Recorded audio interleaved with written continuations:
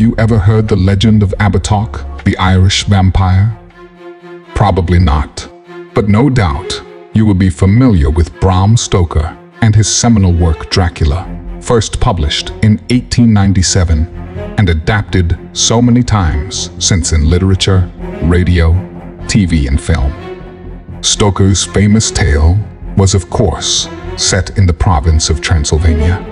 But what most people don't realize is that the story was at least partly inspired by Abhartach, an Irish legend rediscovered and published by Patrick Joyce in 1880. Many centuries ago, in pre-Christian times, there was a tradition amongst Irish clans of spilling and drinking animal blood in ritualistic sacrifices. There were practical reasons for this macabre tradition too, as blood would have been drunk or mixed to create cakes in order to supplement the population's poor diets. Historians will argue that vampire legends originate from these ancient rituals, with such tales becoming corrupted and embellished over time. But they're wrong. Abhartach is real, and I've seen him in the flesh. His story begins in the 6th century AD. Abhartach was originally a deformed and cruel Gaelic chieftain who practiced black magic and terrified the subjects of his small fiefdom, located in the townland of Stalking in rural County Derry. Abhartach ruled over his kingdom from a fortified wraith and was notorious throughout the land, known as an evil and paranoid tyrant. He trusted no one, not even his own wife. Convinced she was having an affair, he fell to his death whilst trying to spy on her, and he was buried upright, as was the Gaelic tradition at that time.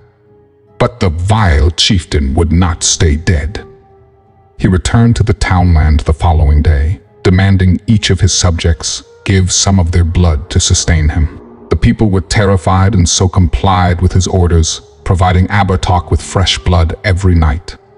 But eventually, the people grew tired of submitting to the monster's wishes, and so they secretly sent word to a rival chieftain called Cathan, begging him to get rid of Abhartach once and for all. Cathan agreed and attempted to make good on his promise, duly dispatching the vampire at the point of his sword. But it didn't work. Once again, the bloodsucker was buried, but again he rose the next day, demanding blood from the terrified locals. Cathan repeated this grisly task several times over, and on each occasion, Abhartach arose from his tomb. Cathan soon realized the futility of his actions, and so sought counsel from a holy man in the neighboring village. The priest confirmed what Cathan already suspected. Abhartach was undead, and so could not be killed by any mortal man.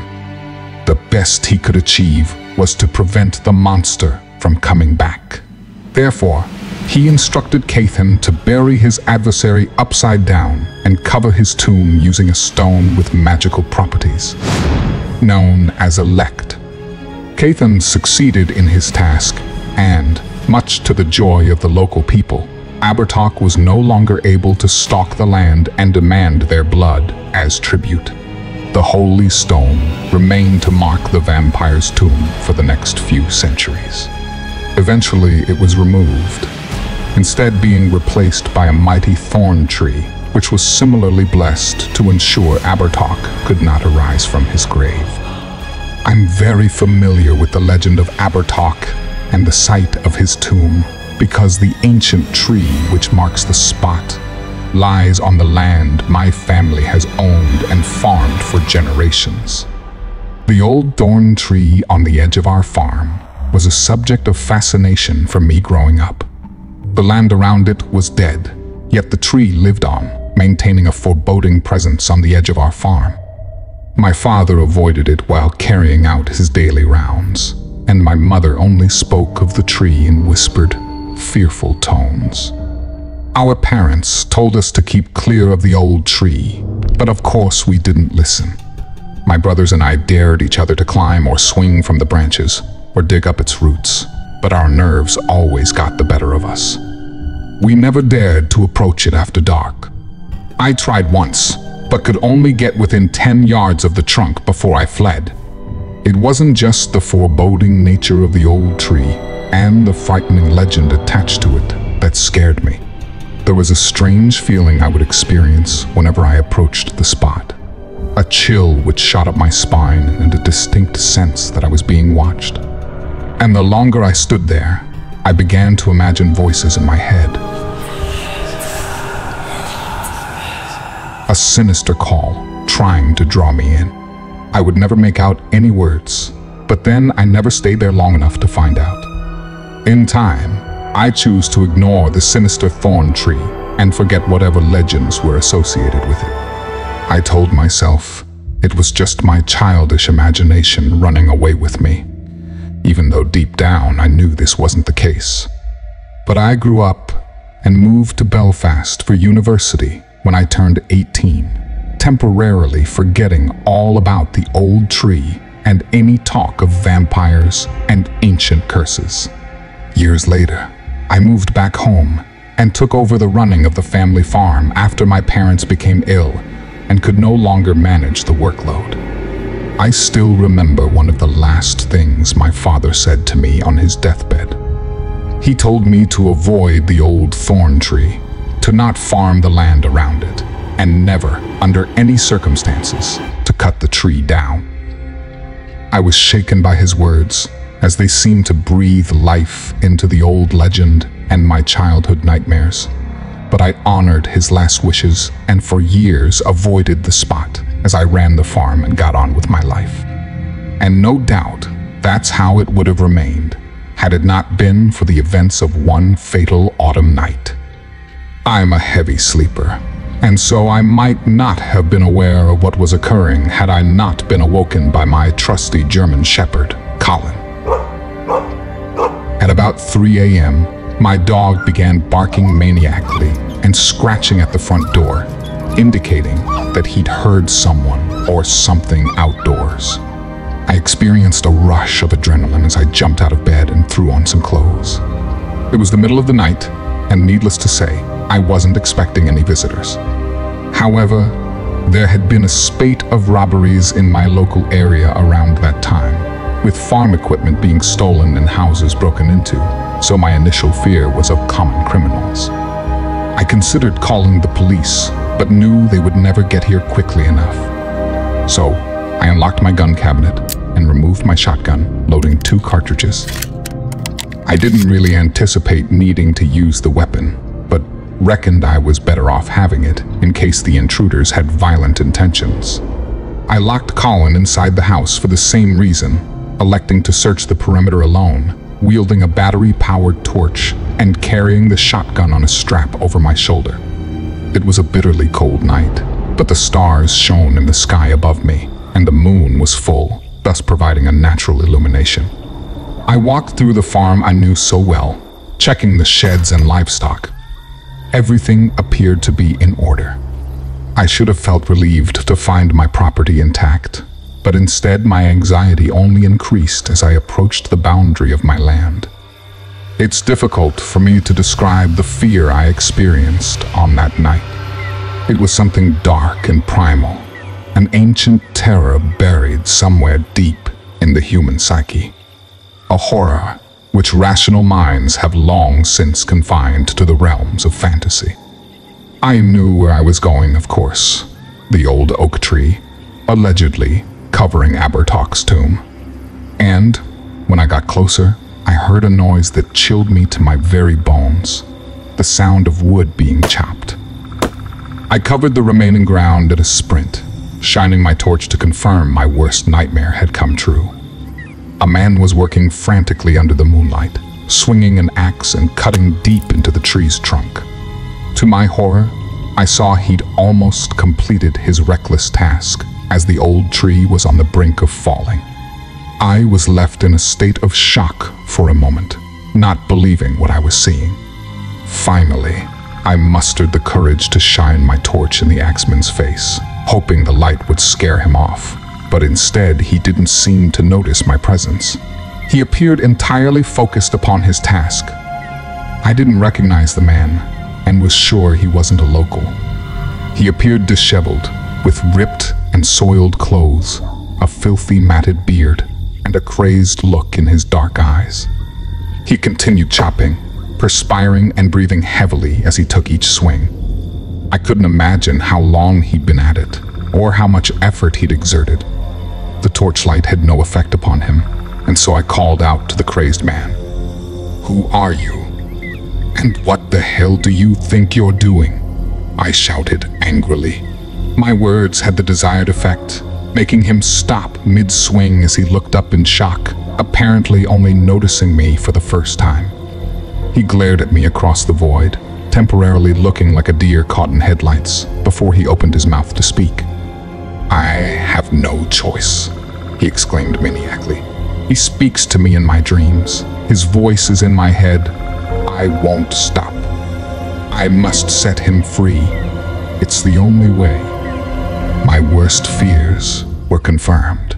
He'd come for Abhartach, obviously believing the legend of his tomb.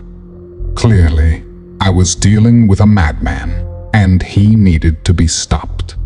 "This is private property," I cried, trying to project confidence in my shaking voice. "You need to stop what you're doing right now or face the consequences." The intruder surprised me by laughing loudly in open mockery of my words. "You really think that's an option? He must be set free. It's the only way." After that, he swung his axe once again, slamming its head into the shattered trunk. My fear soon turned to anger, as I couldn't comprehend the man's behavior. In an instant, I pulled the loaded shotgun from my shoulder and aimed it at him. "I'm warning you," I screamed. "Drop your axe or I'll shoot." He took no notice and aimed another swing. The tree creaked as the trunk was weakened, and soon it would surely collapse under the weight of its branches. I held my finger on the trigger, staring at the axeman down the sights of my gun. But I couldn't do it. I couldn't bring myself to shoot this madman. Looking back, I know it's a decision I'll regret for the rest of my living days. I stood there in the cold, my hands shaking as I held the shotgun. Frozen to the spot, I could only watch on in abject horror as the crazed axeman took his final swing and the tree came collapsing down, its mighty trunk crashing heavily into the mud. The noise made me jump, and the sight of the felled thorn tree terrified me as my father's dying words came back to me. I'd failed to keep my promise to him, and now there would be hell to pay. But then, nothing happened. The axeman and I simply stared at the stump where the mighty tree had once stood, expecting something dramatic to occur. The axeman appeared visibly disappointed, panting heavily as a result of his exertion and looking like he was on the verge of tears. In contrast, I felt an immense relief, as if a huge burden had been lifted from my weary shoulders. Perhaps it had all been nothing more than a myth, an old story to scare children. In that moment, I truly thought that Abhartach was not real, and this had proved it. But I'd counted my chickens too early. It all happened so quickly that it's a blur in my memory. What I do remember is the ground suddenly opening up, a hole in the earth emerging as the stump and roots were forced upwards by something digging from below. And suddenly, a figure shot out of the gap, appearing like an acrobat, performing a reverse somersault, landing gracefully on his feet and facing the shocked axeman head-on. The monster that emerged from the ancient tomb resembled a man, but clearly he was not a human being, not anymore at least. He was short and hunchbacked, his head bald and his skin yellow and appearing like leather. His eyes were cold and calculating, like those of a reptile, and his gaping mouth contained long and sharp fangs. I was truly horrified by the sight of him, not wanting to believe what my eyes were seeing. Abhartach had risen. The legend was real, and this fool had set him free, an ancient terror unleashed upon the modern world. The axeman had achieved his task, but he seemed to be as shocked as I was at the vampire's sudden appearance. However, he soon recovered sufficiently to drop his axe and fall to his knees in an act of submission, greeting Abhartach emotionally as he bowed his head. "Oh, Master, I am so happy to see you. I've waited so long for this glorious day." The vampire surprised me by smirking. He opened his mouth and spoke through bone-dry lips, his voice deep and inhuman. To my astonishment, he spoke in perfect English. "My dear child," he began, talking directly to the now disarmed axeman. "I have waited far longer than you can possibly imagine, and you have set me free. For this, I am forever grateful. Now, child, stand tall, so I may look you in the eye." The axeman did so, standing upon shaking legs. Ironically, the man was a few inches taller than the hunchbacked vampire, but his body language was entirely submissive, and there was no doubt who was in control. I watched on impotently as Abhartach reached out with his wrinkled hand, extending nails as long and sharp as claws, and he touched the man gently on his cheek. "Oh, my poor child, you have sacrificed so much," he whispered. "Let me take away your pain." "Anything for you, Master," the man stammered, with tears visible in his eyes. What happened next was the most horrifying event I've ever witnessed. With one powerful motion, Abhartach grabbed the man's long hair, cracking his head back before lunging forward and biting deep into his victim's exposed neck. Dark blood poured from the wound like water from a tap. The victim tried to scream, but his mouth was soon filled with blood, and his body violently convulsed as Abhartach continued to feed. I should have intervened, or at least made some attempt to stop the brutal attack, but I was terrified and literally could not move a muscle. Mercifully, the assault soon came to an end. Abhartach had his fill of fresh blood and allowed the man's limp body to fall into the dirt, his life force extinguished. And then, the vampire turned his attentions towards me, his head turning, with dark blood still dripping from his lips as he focused his predatory gaze upon me. Suddenly, I came back to reality, my temporary paralysis turning to action as I raised my shotgun and aimed. I was determined to kill this monster before he made me his next victim. I centered the vampire in my crosshairs and squeezed the trigger, feeling the heavy kickback against my shoulder as the mighty blast filled the air. Abhartach moved at the last possible second to avoid the buckshot, and damn, he was fast. The vampire ducked sideways and rapidly approached from my left as I desperately tried to re-aim. Before I could act, Abhartach grabbed the shotgun, easily pulling the weapon from my hands and leaving me defenseless.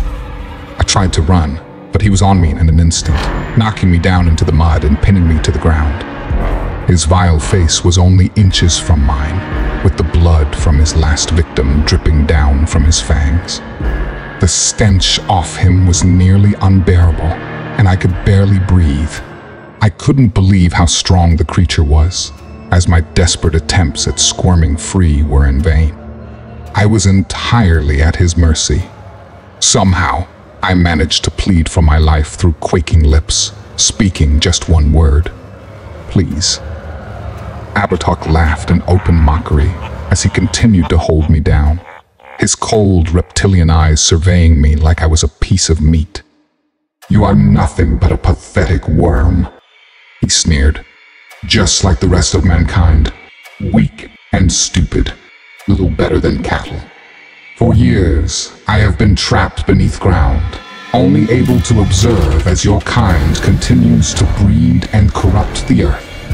But finally, after all these long centuries in captivity, I am free to seek vengeance." I continued to shake uncontrollably, unable to move or speak, as tears rolled down my cheeks. I was sure Abhartach meant to kill me, to drain my blood and leave my body in the dirt, but as it turned out, he had other plans for me. You may cease your pitiful performance, lowly worm. He sneered in disgust. I have decided to show you mercy. Had I not already fed, I would take pleasure in drinking your blood. But instead, I will give your pathetic existence meaning. You may go forth and tell your people that Abhartach has risen. Tell them that I have returned to claim what is rightfully mine. Tonight is only the beginning, and soon blood will spill across these lands. I looked into his hateful eyes and knew he was serious. Abhartach despises mankind and blames them for his suffering, and he means to wreak bloody vengeance in his former dominion. I nodded my head meekly and closed my eyes. A moment later, the pressure on my chest and wrists was lifted, and when I opened my eyes, Abhartach had fled into the night, leaving me bruised and shaken in the mud. I have no desire to become Abhartach's emissary. Nevertheless, I've tried to warn people of the deadly threat he poses, only to be mocked and called crazy. I phoned the police immediately after the incident, but unsurprisingly, they didn't believe a word of my story. I was questioned at length over the dead body found on my land, but eventually got released without charge.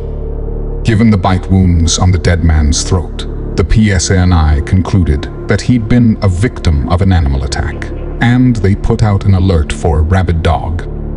I've also spoken to clergymen from both denominations, only to be accused of heresy. So, all my warnings have fallen on deaf ears, and in the weeks which have followed, there have been a spate of attacks on livestock, and 2 missing persons reported in our locality alone. What's more, there have been reports of a hunchbacked figure darting through the streets of Garva and Dungiven late at night, terrifying locals and prompting frightened parents to keep their children indoors after dark. Abhartach is on the loose, and he won't stop. Not ever. As long as he has access to fresh blood, he'll continue to cause mayhem and terror throughout the country. I'm racked with guilt on my part in letting him escape, knowing I should have done more to confine the monster to his tomb. And now I'm desperate, hoping against hope that somebody on this forum will have the knowledge or ability to stop Abhartach once and for all. Please help me before this monster kills again. If you enjoyed this video, don't forget to like and subscribe to Descent into the Unknown for more terrifying stories.